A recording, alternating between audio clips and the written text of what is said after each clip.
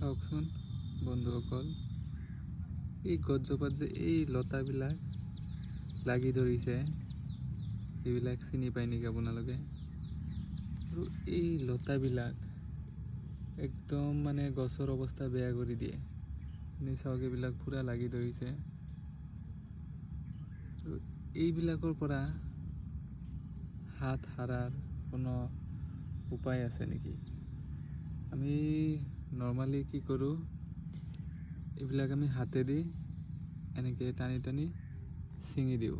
ছিঙি পিছত এইটো বাহিৰত পেলাই দিওঁ। তথাপি মানে আহি যায় এইবিলাক, এই লতাবিলাক আহি যায়।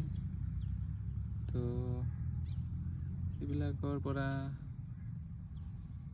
পৰিত্ৰাণ কেনেকৈ পাব পাৰি, কিবা উপায় আছে যদি আপোনালোকে জনাব। ধন্যবাদ।